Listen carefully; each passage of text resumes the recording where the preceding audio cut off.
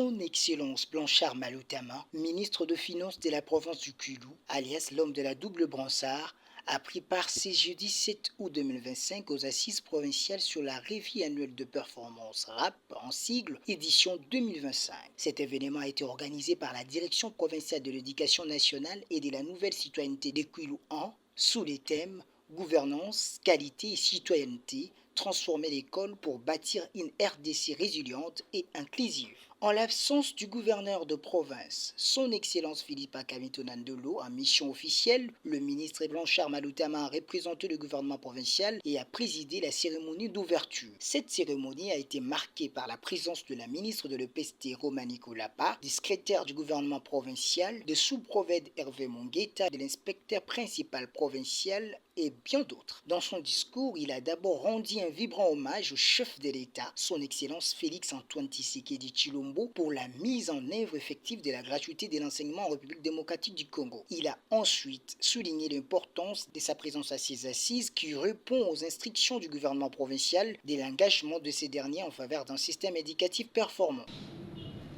Avant toute chose, j'aimerais commencer par rendre un vibrant hommage à cet homme, le boxeur, le John Cena, de la gratuité, de la mise en place effective de la gratuité de l'enseignement en République démocratique du Congo.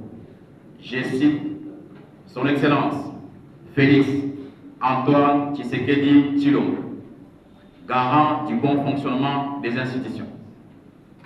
C'est ce qui témoigne aussi notre présence enseignée pour répondre aux besoins de l'éducation, aux problèmes sensibles de l'éducation, ce qui a demandé à ce que nous soyons là.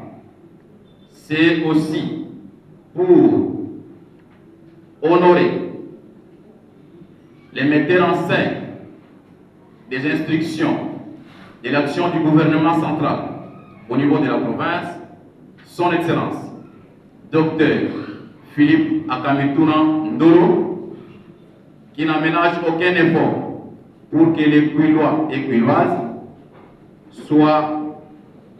que l'éducation des Kwilois et Kwiloises soit inscrite sur le livre d'or de la vision du chef de l'État.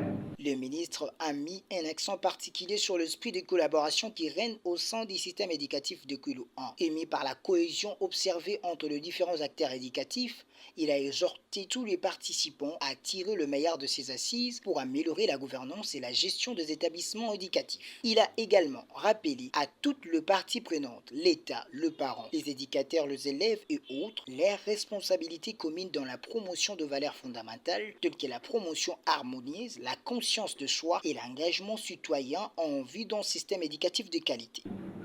De tout ce qui précède, nous rappelons à toutes les couches éducatives, l'État, les parents, éducateurs et élèves, de prendre conscience de soi en pratiquant les valeurs acceptables telles que la formation harmonieuse de l'homme, citoyen responsable, utile à lui-même et à la société, capable de promouvoir les conditions de système éducatif de qualité et la conscience professionnelle.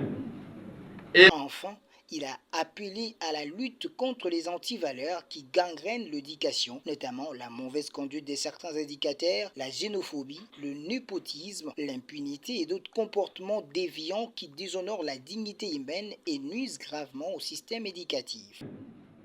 Et enfin, éviter les antivaleurs telles que la méconduite de certains responsables éducatifs, la xénophobie, le népotisme, l'impunité, l'intolérance et autres comportements précités et qui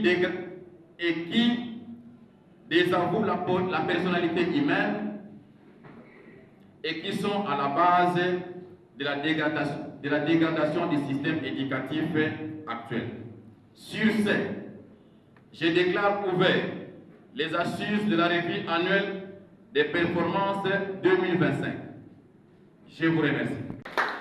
Par ailleurs, Madame la ministre de l'EPST, Romani Koulapa, a tenu un discours lequel il encourage les participants à mettre en œuvre un bon système éducatif pour la bonne marche de cette institution de l'État. Ainsi, le sous-prophète de Mungueta n'a pas caché ce mot à l'égard des participants, tout en martelant aussi beaucoup plus sur le point essentiel qui devait faire l'objet de ces assises provinciales. Il suffit de souligner que ces assises provinciales, organisées au profit de tous les chefs d'établissement éducatif de Kulu 1, s'étaleront sur 3 jours afin de permettre une bonne compréhension et une gestion efficiente des établissements scolaires.